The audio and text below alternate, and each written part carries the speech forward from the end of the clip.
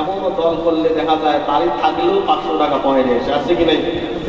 সেই মহাব্বতের দলও চায় না, ছাড়তে চায় ছাড়ি কেমনে? কাজ নাই, এত রোদে কাজও করতে পারি না, ঘরের মধ্যে বসে থাকি, রাতের বেলা 500 টাকা পাবে না, দল ছাড়া যায়।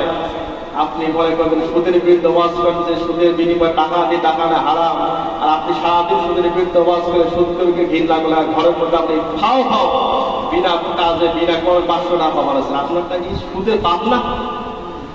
উনি উপকার করে 10 টাকা খাইছে, আপনি তো উপকার নাই, আপনি শুধু রাষ্ট্রের ক্ষতি করলেন, জনগণের ক্ষতি করলেন, এলাকার ক্ষতি করলেন, দুনিয়ার ক্ষতি করলে। আপনাকে এই হকুল ইবাদত আল্লাহ একদিন ধরে, নামাজ একদিকে, আপনার এই হকুল ইবাদ বান্দার হকের হিসাব আল্লাহ একবার নেয়।